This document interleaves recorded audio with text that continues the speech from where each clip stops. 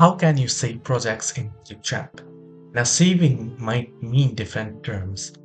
The first is to save the project if you're not finished editing. So, for suppose you're working on a project and you want it saved, then as you work on a project, editing progress gets automatically saved and there is no particular save option.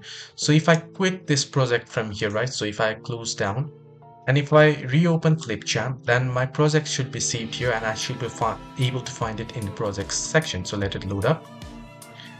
As you can see, it's loaded up. If I scroll down, you can see my particular video that I was editing earlier. If I click on it, it should open up and my effects should still be there. Any changes that I made, you can see my text here. I had added text here and it's still there. So basically it is saved automatically.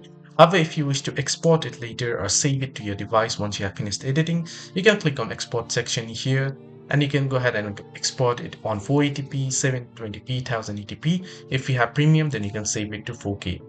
Now, if the video is less than 15 seconds, you can save it as a GIF. So this is how you can save video or project on ClipChamp.